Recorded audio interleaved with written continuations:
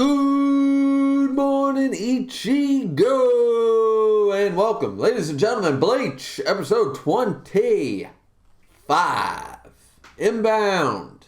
Here we go, because, alright, this episode does a bit of backtracking, but I don't mind it so much because it was fun. It was exciting. It was eventful. They finally bursted through the barrier surrounding the Serete, and now they have finally invaded the Soul Society. The invasion arc, it has been called before, and okay. You know, like, they call it a lot of things. The Soul Society arc, the rescue arc, the invasion arc. There's a number of names for it, but this is where they officially have invaded. Now, we jump back in time a little bit. There's a funny little shtick here with Yoruichi's Ichigo and Yoruichi's tail. Yoruichi's poor tail. The poor tail of Yoruichi. The pride and joy of Yoruichi now looks like a crazy straw. Oh, such a shame. I think we need a moment of silence. In fact, let's toast to what could have been Yoruichi's tail. It lost its life too soon. Too soon. Too soon, I say. So, anyways, the rest of the episode goes on. We get a little more background about Ganju and the whole, his brother and the death, the Soul Reaper thing. We're kind of rehashing that a little bit. I feel like that gets rehashed a lot. I know it ties into Rukia and her story and everything that we found out about in the Substitute Shinigami arc and everything yet. But I'm just like, okay, yep. This is the one thing that Ganju is going to get, so I suppose I should give it to him. And actually, I didn't mind him in this episode too much. Then they get fired in the cannon, which is kind of cool because Kakushiba, Sanpakto, I'm assuming it's a Sanpakto. Of course it's a Sanpakto. She's like, bam, and she recites a chant and everything, and I'm like, pyrotechnics expert, fireworks extraordinaire. Okay, she's earned her title. I'm good with this. And we also get to meet a few more characters here. We get to meet Yachiru, the lieutenant of Squad 11. And one of the funnest characters. And honestly, there are a lot of questions that weren't really resolved, but I feel like that was because Kubo got rushed at the end of the 1,000-Year Blood War arc and everything like that to end Bleach.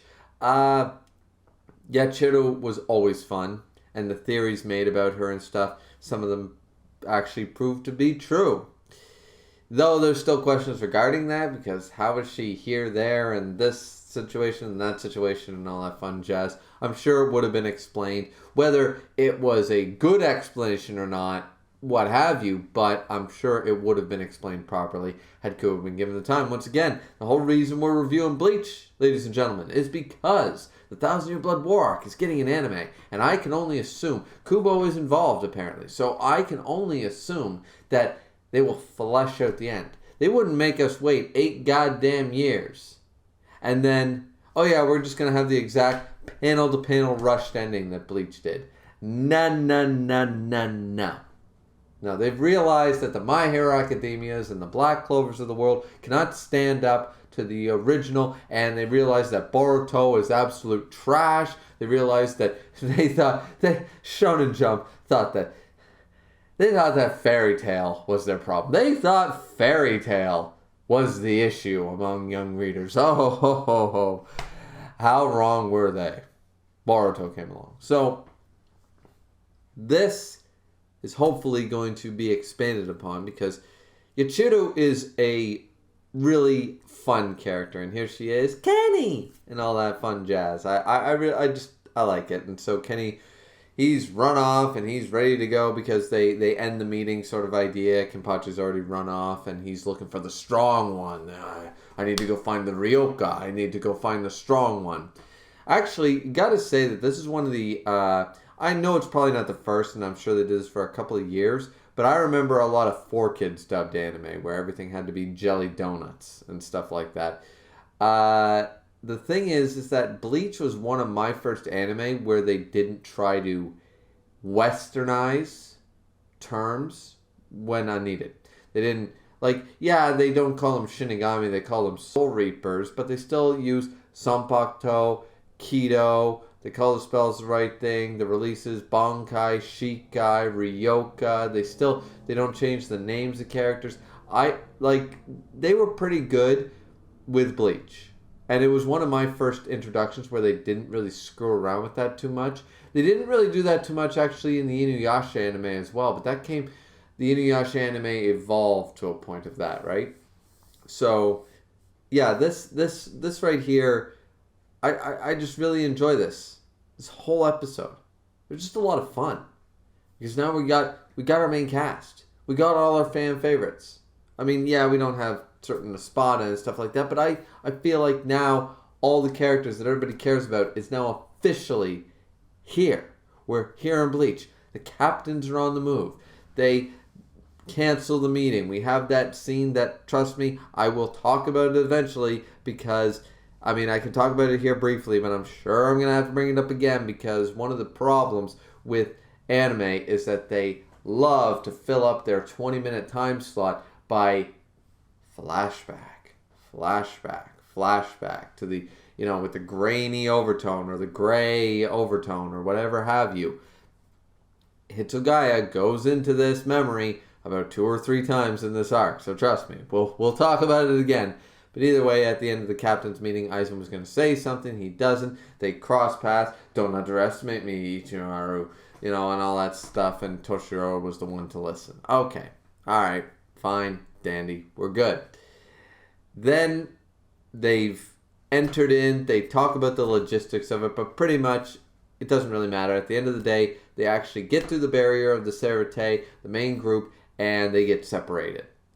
That's what happens. They get separated into 4 separate groups. We got Chad, we got Ganju, Ichigo, and Yoruichi. We got Orihime and Ishida.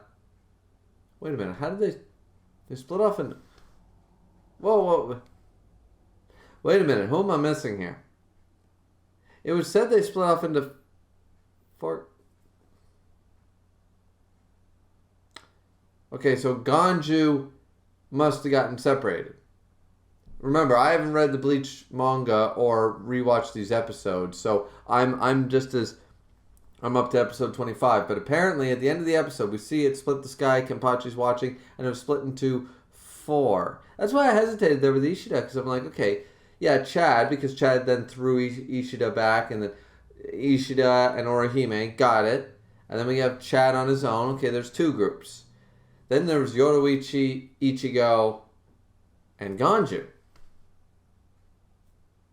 That's only 3 groups. Why was there 4? Ganju must have gotten separated. Ganju and Yoruichi must have gotten separated. Or Yoruichi got separated from Ichigo. Actually, I don't remember Ganju interacting with Ikaku. Yoruichi must have gotten separated. I guess that's the only way I can figure this. I'm sure it'll be answered. It's not a big deal, but I'm just like, all of a sudden I'm like, oh yeah, 4 groups, no problem. There's four groups. Wait, no, there's not. So yeah, I'm sure that we will backtrack in the next episode, and we'll see how. I'm sure it's that group because I know that Uryu and Orihime stay together for a time, so to speak, and I know Chad's by himself, so it must have been their group got split up in some way. Either way, that was the episode, guys. I thought it was a lot of fun. Hope you guys enjoyed it. Like, comment, and subscribe. We'll see you back here next time for episode 26, Soul Society Arc of Bleach. It's so good. All right. See you next time.